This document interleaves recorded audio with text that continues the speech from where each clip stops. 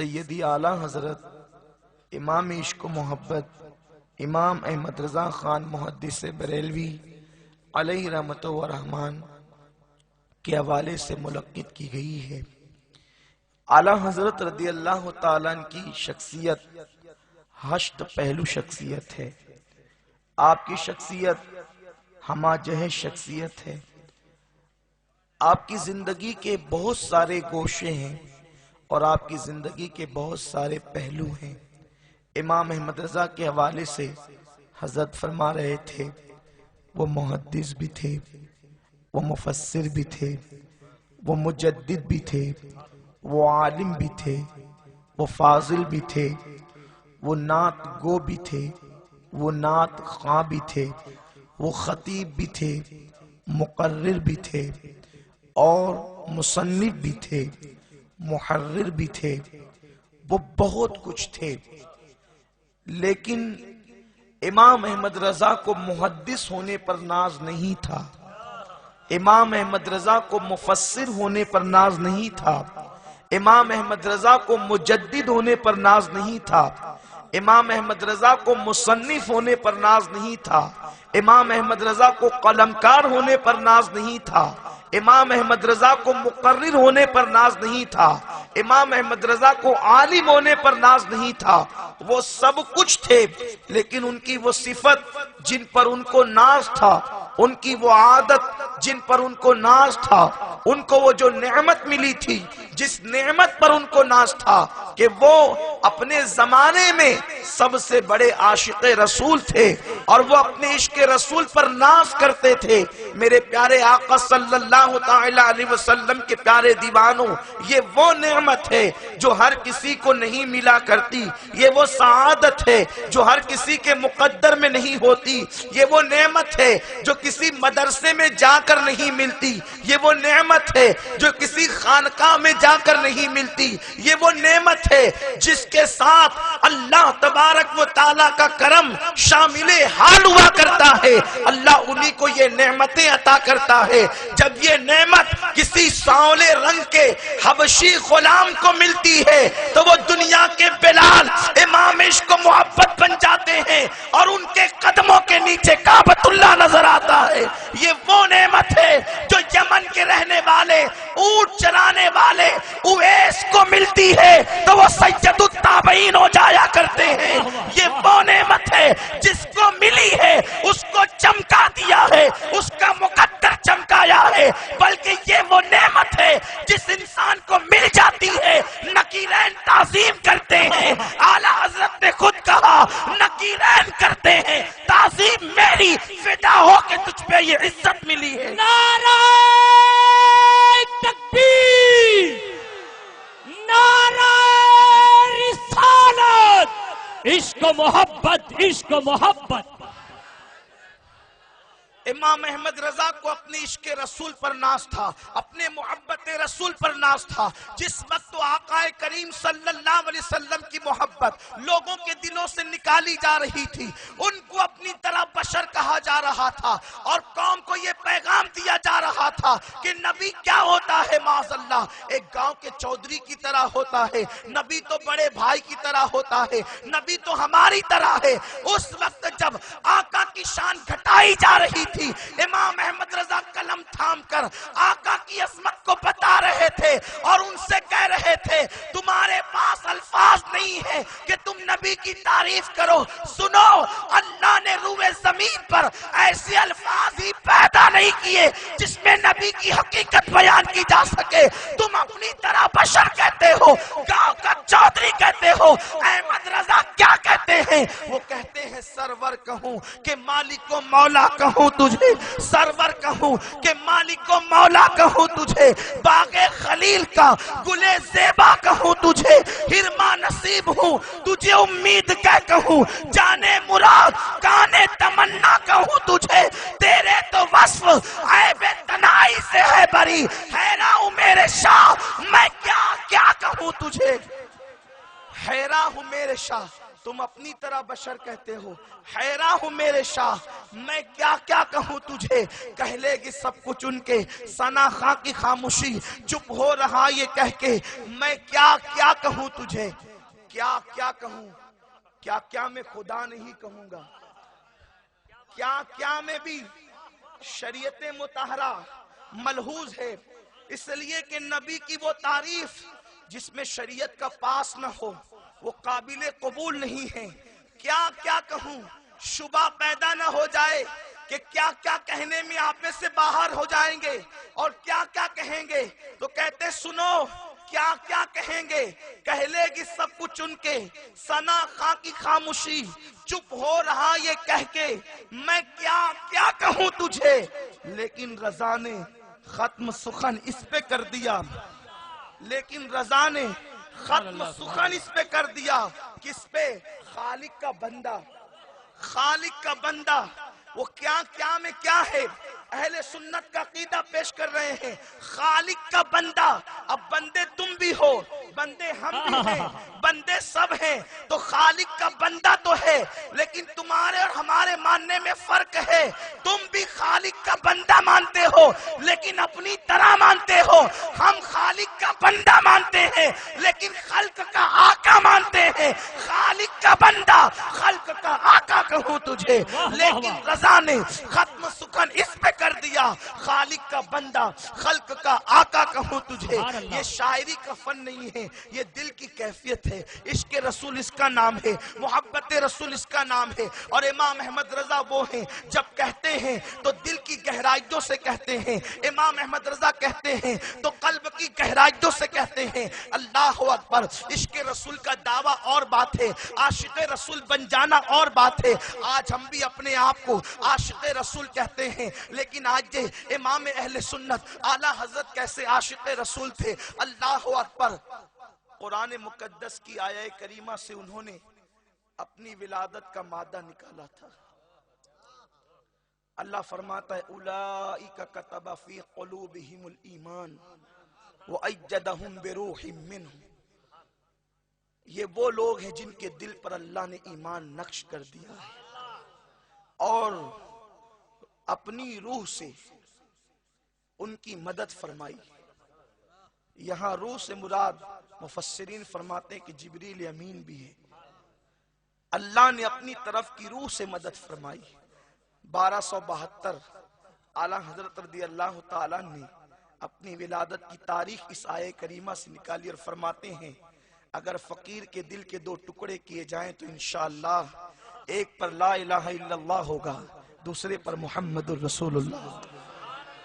امام احمد رضا اس عاشق رسول کا نام ہے، لوگ نعتیں تو لکھتے ہیں، ابھی میں نے پڑھ کر کے آپ کو سنایا امام احمد رضا کا کلام، لیکن یہ فن نہیں ہے، یہ صرف جملوں کی تک بندیاں نہیں ہیں، یہ الفاظ کی نظرت صرف نہیں ہے، بلکہ امام احمد رضا کا دل کیا تھا، وہ کیسے عاشق رسول تھے، اللہ اکبر، ساری زندگی عشق رسول میں سرشار رہے اور عشق رسول کا درس دیتے رہے، میرے پیارے آقا صلی اللہ علیہ وسلم کے پیارے دیوانوں، امام احمد رضا کیسے تھے، ایک شخص نعت لکھ کر کے لاتا ہے اور عرض کرتا ہے حضور آپ کی خدمت میں میں ایک نعت شریف پیش کرنا چاہتا ہوں، اجازت ہو تو سنا دوں، امام احمد رضا خود فرماتے ہیں میں قصداً صرف 2 شاعروں کی نعت سنتا ہوں اور تیسرے کسی کی نہیں سنتا، ایک تو حضرت کافی مراد آبادی کی سنتا ہوں اور ایک تو اپنے چھوٹے بھائی حضرت مولانا حسن بریلوی کی سنتا ہوں، حضرت کافی مراد آبادی رحمت اللہ تعالی علیہ یہ کون بزرگ ہیں،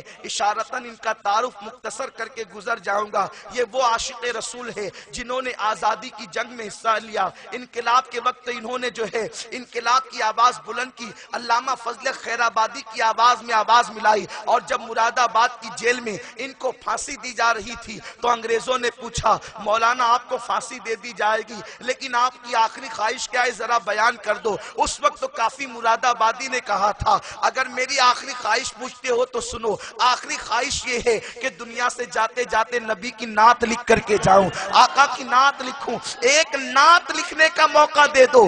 اس وقت کافی مراد آبادی کو موقع دیا گیا تو انہوں نے نعت لکھی تھی، یہ ان کی زندگی کی آخری نعت تھی۔ کوئی گل باقی رہے گا نہ چمن رہ جائے گا، بس رسول اللہ کا دین حسن رہ جائے گا۔ اطلس و کمخاب کی پوشاک پہ نازا نہ ہو، اس تنے بے جان پر خاکی کفن رہ جائے گا۔ ہم سفیر و باغ میں ہیں، کوئی دم کا چہچہا، بلبلیں اڑ جائے گی، سونا چمن رہ جائے گا، سب فنا ہو جائیں گے، کافی وہ لیکن حشر تک نعت حضرت کا زبانوں پر سکن رہ جائے گا۔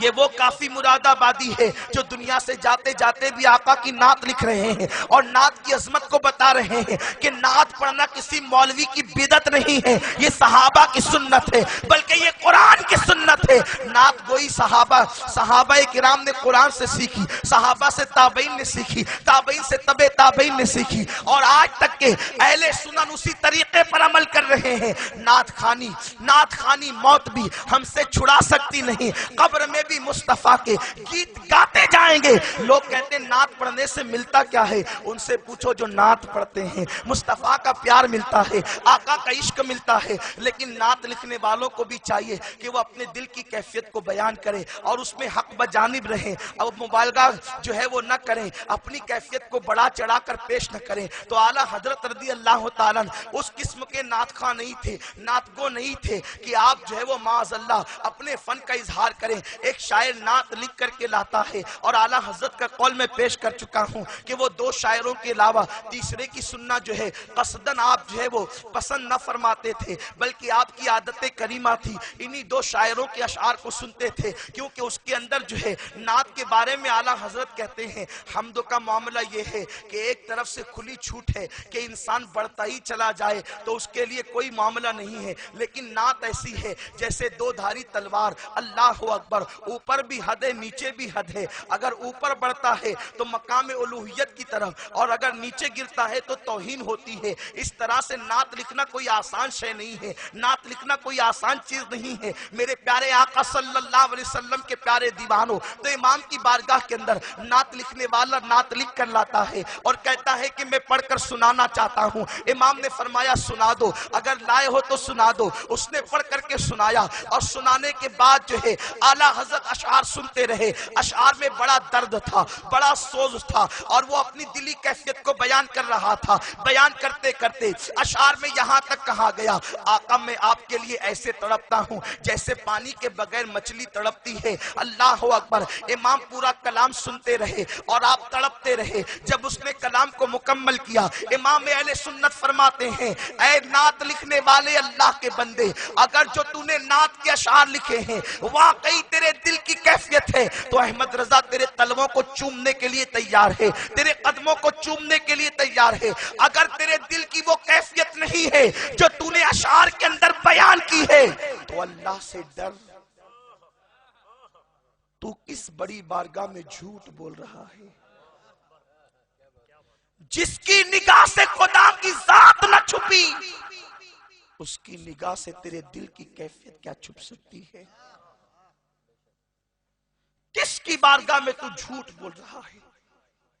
آج یہ ہمارے لیے عبرت کا مقام ہے۔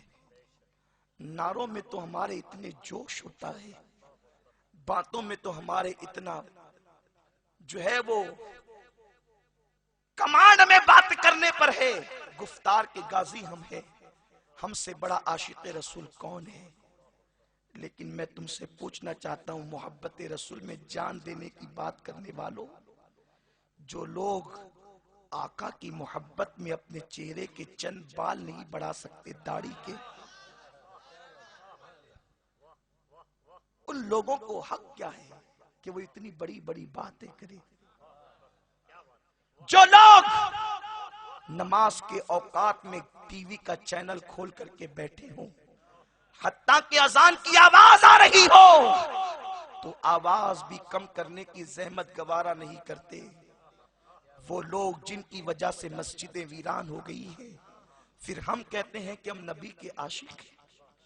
میں یہ نہیں کہتا کہ تم عاشق رسول نہیں، واللہ کبھی نہ کہوں گا، مجھے کہنے کا حق بھی نہیں، لیکن میں تم سے پوچھنا چاہتا ہوں جس رسول کی نگاہ سے خدا کی ذات نہ چھپی، ان کے دل سے، ان کی نگاہوں سے ہمارے دل کی کیفیت کیا چھپ سکتی ہے؟ ہم کس کی بارگاہ میں جھوٹ بولنے کا قصد کر رہے ہیں؟ مسلمانوں، تم مجھے جھوٹ بول کر دھوکہ دے سکتے ہو، میں تمہیں جھوٹ بول کر دھوکہ دے سکتا ہوں، لیکن ہم اللہ کے رسول کو دھوکہ نہیں دے سکتے۔ آقا کی بارگاہ میں جان قربان کرنے کی بات کرتے ہو، کہنے والوں نے کہا ہے کہ جس کو عشق ہوتا ہے اس کی پہلی پہچان یہ ہے کہ اس کی نیند اڑ جاتی ہے، لیکن ہم کیسے ہیں کہ صبح فجر میں ہماری نیند ہی نہیں کھلتی۔ میرے پیارے آقا صلی اللہ علیہ وسلم کے پیارے دیوانوں، لوگ کہتے ہیں کہ جسے عشق ہوتا ہے وہ صرف روتا ہی نظر آتا ہے۔ ہم کب روتے ہیں، کہاں روتے ہیں، کہاں آخر اپنی آنسوؤں کی سوگات کو پیش کرتے ہیں؟ میرے پیارے آقا صلی اللہ علیہ وسلم کے پیارے دیوانوں، اگر ان عاشقوں کی داستان چھیڑی جائے تو اس کے لیے ایک بہت لمبا وقت درکار ہے۔ نہ یہاں سردی کا موسم اس بات کی اجازت دیتا ہے اور نہ وقت اس بات کی اجازت دیتا ہے، البتہ کچھ اشارے کرنا چاہتا ہوں۔ میرے پیارے آقا صلی اللہ علیہ وسلم کے پیارے دیوانوں، عاشق تو وہ تھے۔ ام المومنین سیدہ عائشہ صدیقہ رضی اللہ تعالیٰ عنہ ارشاد فرماتی ہیں، اللہ کے حبیب صلی اللہ علیہ وسلم کے وصال کے بعد ایک مرتبہ میں ابو بکر صدیق کے حجرے میں گئی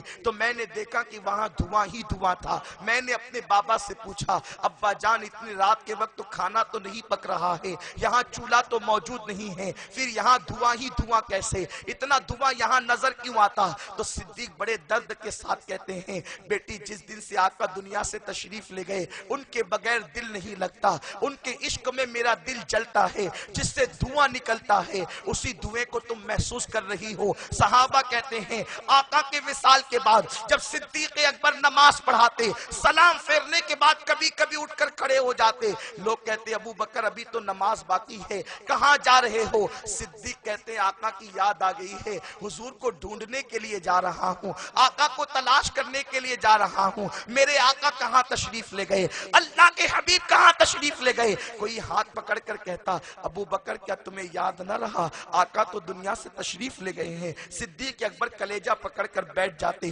کبھی کبھی حضرت ابو بکر صدیق جنگلوں بیابان میں گھومتے نظر آتے، چروائے اور لکڑہارے تو کہتے ابو بکر تمہارا یہاں کیا کام ہے، تم یہاں کیوں آئے ہو؟ صدیق اکبر کہتے آقا کی یاد آ رہی تھی، پورے مدینہ منورہ میں تلاش کیا، آقا وہاں نہیں ملے، تو اب میں نے سوچا کہ شہر میں نہ ملے تو جنگل میں مل جائیں گے، اس لیے ڈھونڈتے ڈھونڈتے یہاں آ گیا۔ لوگ کہتے ابو بکر تمہیں یاد نہ رہا کہ اللہ کے حبیب دنیا سے تشریف لے گئے؟ میں تم سے پوچھنا چاہتا ہوں، صدیق تو رسول اللہ کے عشق میں بے چین و بے قرار ہے، امام احمد رضا تڑپ رہے ہیں، بلال تڑپ رہے ہیں، غوث اعظم تڑپ رہے ہیں، غریب نواز تڑپ رہے ہیں، مخدوم سمنا تڑپ رہے ہیں، اللہ اکبر، لیکن ہمارے اندر تڑپ کب پیدا ہوگی؟ عشق رسول کا دعویٰ تو ہے لیکن ہماری کیفیت یہ ہے، ہم نے نمازوں کو ترک کر کے نبی کی آنکھوں کی ٹھنڈک تک لے لی ہے، نبی کی آنکھوں کی ٹھنڈک تک چھین لی ہے۔ مجھے بتاؤ اس شخص کو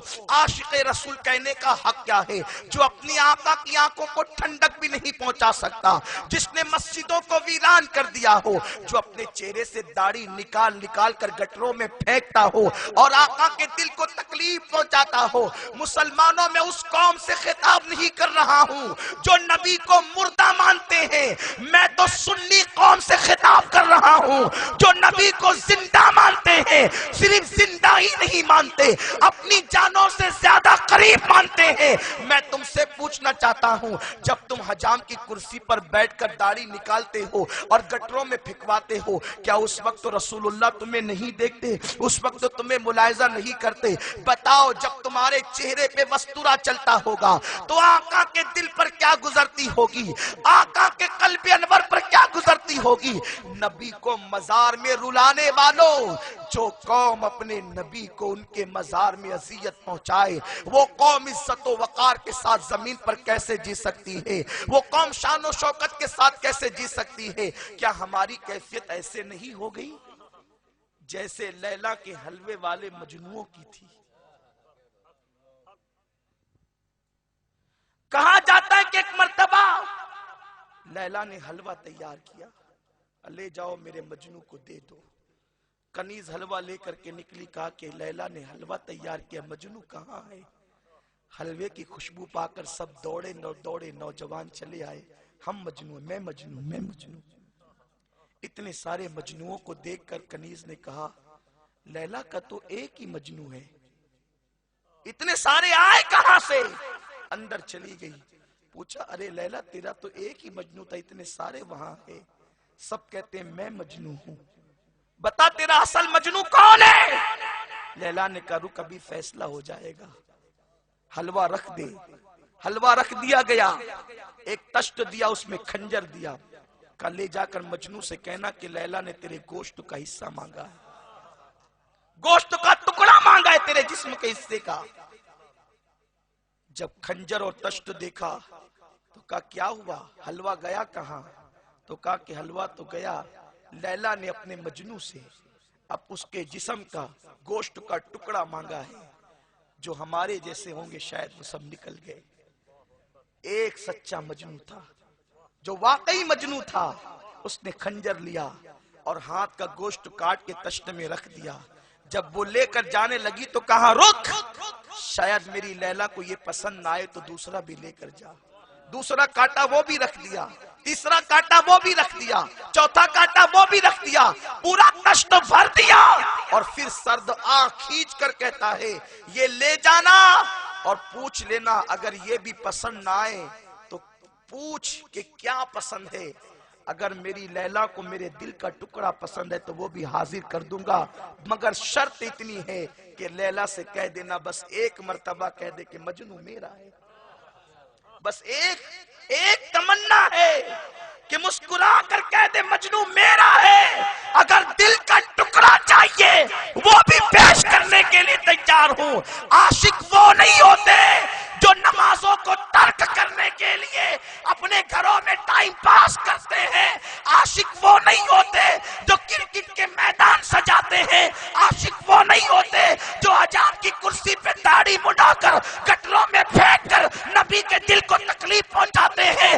دنیا نے عاشق دیکھا مدینے سے چل کر کربلا میں آیا تھا، عاشق نے کہا عشق ہے تو 18 سال کا بیٹا چاہیے، 18 سال کا بیٹا بھی دے دیا۔ محبوب نے کہا عشق ہے 6 مہینے کا بیٹا چاہیے، معصوم بچہ قربان کر دیا، سب کچھ لٹا کر سر سجدے میں رکھ کر محبوب سے کہتا ہے اب تو کہہ دے کہ تو راضی ہے کہ نہیں؟ واہ واہ واہ واہ واہ، نعرہ تکبیر، نعرہ رسالت، شہدائے کربلا۔ عاشق یہ ہوتا ہے، عشق یہ ہوتا ہے۔ عشق کو سمجھا کیا ہے، محبت رسول کو سمجھا کیا ہے؟ عام انسان کی محبت آسان نہیں ہوتی، تم نبی کی محبت کو بچوں کا کھیل سمجھتے ہو۔ یہ امام احمد رضا ہے جو عاشق رسول کی حیثیت سے اٹھے، سب کچھ قربان کیا ہے۔ آج ہمیں افسوس ہے غلط پروپیگنڈے کا شکار ہو کر لوگ ان سے دور ہوئے۔ امام کا کیا نقصان؟ حضور قبلہ علامہ غلام گوسلوی صاحب مدظر اللہ العالی فرما رہے تھے کچھ سادات کو غلط فہمی ہے، میں کہتا ہوں غلط فہمی ہے تو اعلیٰ حضرت یوں ہی تو نہیں گئے، 1000 سے زیادہ کتابیں چھوڑ کر گئے، اٹھا کر پڑھو تو صحیح۔ اور میں کہتا ہوں سب سے زیادہ اگر چاہتوں کا کوئی حقدار ہے سیدوں کے نزدیک گزشتہ صدی سے لے کر اس صدی تک، وہ امام احمد رضا ہیں، جس نے ہمارے نانا جان صلی اللہ علیہ وسلم کی عظمت کا تحفظ کیا ہو۔ ان سے زیادہ کون ہے محبتوں کا حقدار؟ لیکن صرف غلط پروپیگنڈے کی وجہ سے یہ امام احمد رضا ہے جو فرماتے ہیں جس دن سے بچپنے میں میں نے معلوم کر لیا تھا کہ بغداد شریف کی سمت تو کدھر ہے، اس کے بعد کبھی میں نے بغداد شریف کی طرف پیر نہیں پھیلا، کبھی بغداد کی طرف رک کر کے میں نے استنجا نہیں کیا، کبھی پاخانہ نہیں کیا۔ یہ اعلیٰ حضرت امام احمد رضا ہیں جنہوں نے فتاوی رضویہ شریف میں لکھا کہ جو سنی اجمیر شریف کو صرف اجمیر اجمیر کہتا رہے وہ محروم ہے، اور اگر کوئی غریب نواز کی عداوت کی بنیاد پر اجمیر اجمیر کہے تب تو وہ بد عقیدہ بد مذہب ہے۔ آپ غور فرمائیں، جو غریب نواز کے شہر کو اجمیر کہلوانا پسند نہ کرتا ہو، اجمیر شریف کہنے کا حکم دیتا ہو، اور سنی غفلت کی بنیاد پر اگر اجمیر اجمیر کہے تو آپ تنبیہ کرتے ہیں کہ جو سنی بھی اجمیر اجمیر کہے گا وہ بھی محروم ہے۔ محروم کہا گیا، اجمیر نہ کہو، اجمیر شریف کہو۔ میں تم سے پوچھتا ہوں، جس کو غریب نواز کے شہر سے اتنی محبت ہے، اس کو غریب نواز سے کتنی محبت ہوگی؟ سبحان اللہ، سبحان اللہ۔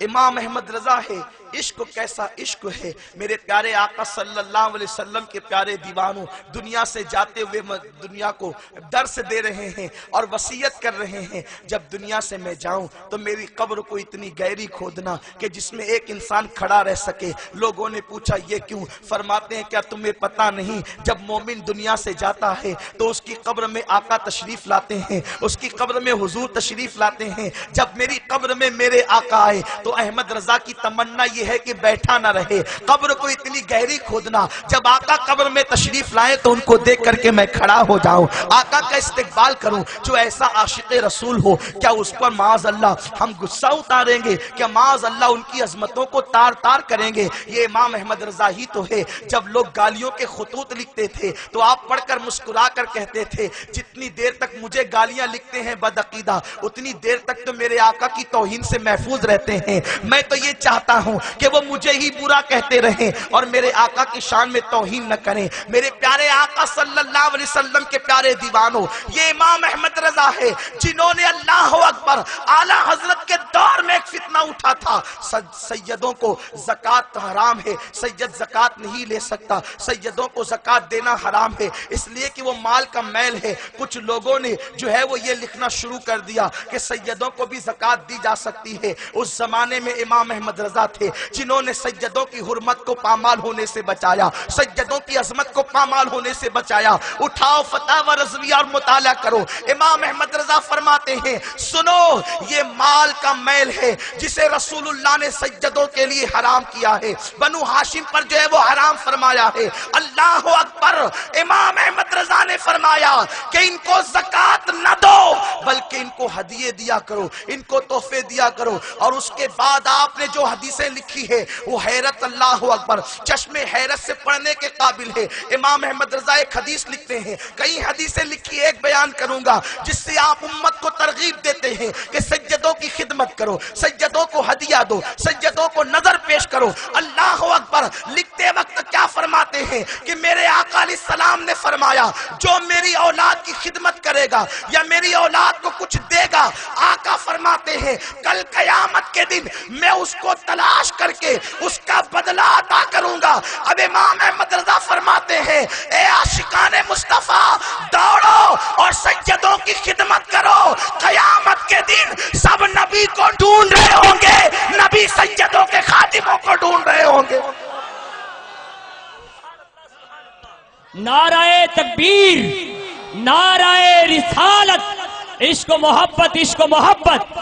میرے پیارے آقا صلی اللہ علیہ وسلم کے پیارے دیوانوں، اسی لیے امام اہل سنت رضی اللہ تعالیٰ عنہ سادات کو نذرانہ مدینہ منورہ تک پہنچایا کرتے تھے۔ اللہ اکبر، یہاں تک کا واقعہ ہے ایک عالم دین تھے جو سید بھی تھے، اور پھر کبھی ایسا بھی ہوتا، نظر کے علاوہ یوں بھی ہوتا، نظر کے علاوہ یہ کیفیت بھی ہوتی جب ضرورت پڑے تب مانگ لے۔ ایک سید صاحب نے جو عالم دین بھی تھے مدینہ منورہ سے خط لکھا کہ 50 روپے کی ضرورت ہے۔ اعلیٰ حضرت کہتے ہیں جس دن خط آیا اس دن دیکھنے کا موقع نہ ملا، دوسرے دن دیکھا اور تیسرے دن ڈاک جانے والی تھی، لیکن جب دوسرے دن دیکھا تو خط میں مطالبہ تھا حضور 50 روپے عطا فرمائے، لیکن دوسرے دن ڈاک جانے والی تھی۔ اگر آج کے آج انتظام نہ ہوتا تو بڑی دقت آتی اور 8 دن تک انتظار کرنا پڑتا، اور میں نے جتنا پیسہ خرچ کرنا تھا کر لیا۔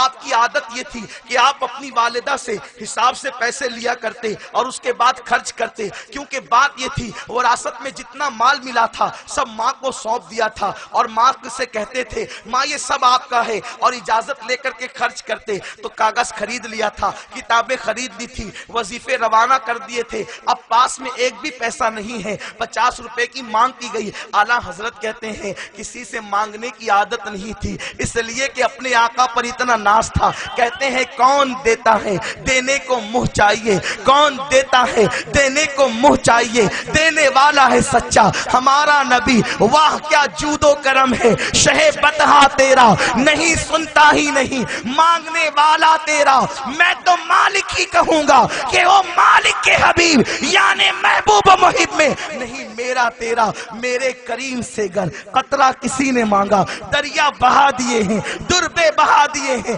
اللہ اکبر۔ کہتے ہیں کہ کسی سے مانگنے کی عادت نہ تھی، حیا آئی کہ کسی سے کیوں مانگوں، آخر مدینہ منورہ کی طرف رخ کیا اور عرض کیا آقا آپ ہی کے شہر سے آپ کے شہزادے نے ایک عالم دین نے 50 روپے مانگے ہیں، آقا 50 روپے کی ضرورت ہے عطا کر دیں۔ لوگ کہتے ہیں یار ہم مانگتے ہیں ہمیں اتنی ارجنٹ نہیں ملتا، میں کہتا ہوں نادان، ان کے دینے میں کمی نہیں تیرے مانگنے میں کمی ہے۔ ذرا اعلیٰ حضرت جیسا دل تو لے کر کیا، ادھر مانگے گا ادھر مل جائے گا، بلکہ خدا کی عزت و جلال کی قسم وہ بارگاہ تو ایسی بارگاہ ہے۔ اعلیٰ حضرت تو یوں کہتے ہیں لیکن ان کے چھوٹے بھائی استاد زمن یوں کہتے ہیں کبھی ایسا نہ ہوا ان کے کرم کے صدقے، کبھی ایسا نہ ہوا ان کے کرم کے صدقے، ہاتھ کے پھیلنے سے پہلے نہ بھیک آئی ہو، ہاتھ کے پھیلنے سے پہلے نہ بھیک آئی ہو۔ وہ کریم ایسے کریم ہے جو اپنی گلی میں وہ روادار صدا ہو، کیوں اپنی گلی میں وہ روادار صدا ہو، وہ روادار صدا ہو جو بھیک لیے راہ گدا دیکھ رہا ہو، جو بھیک لیے راہ گدا دیکھ رہا ہو۔ آتا ہے فقیروں پہ انہیں پیار کچھ ایسا، خود بھیک دے اور خود کہے منگتا کا بھلا ہو۔ وہ ایسے سخی ہے ایسے کریم ہے، اللہ نے ان کو قاسم نعمت بنایا ہے، مالک جنت بنایا ہے۔ مانگنے والے عقیدہ لے کر آئے تو نبی نے جنت تک عطا کی ہے، آقا نے جنت تک عطا کی ہے، لیکن لینے والا چاہیے۔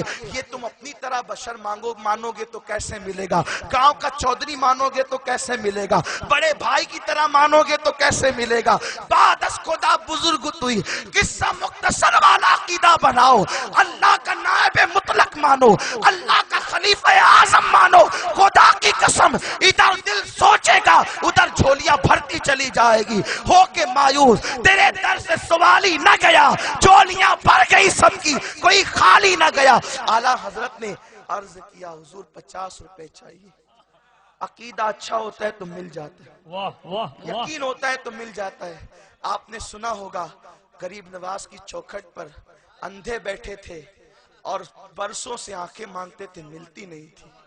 اورنگزیب آئے کہا کہ یہ آستانہ غریب نواز کو بدنام کر رہے ہیں، کہا کہ اگر آنکھ نہیں ملے گی تو تمہاری گردن اڑا دوں گا۔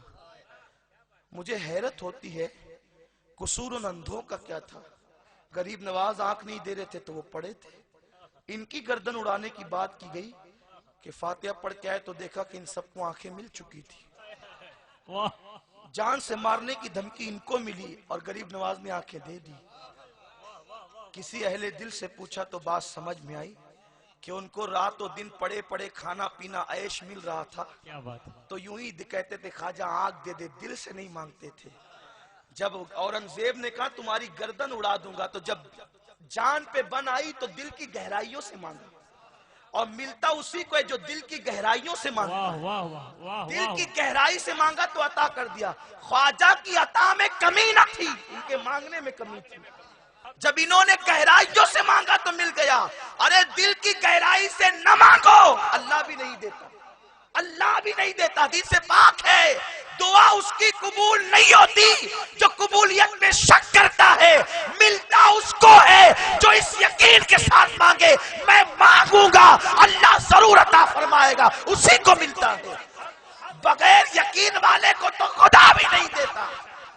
خواجہ کیا دے، بدنام کرتے ان آستانوں کو، یقین لاؤ۔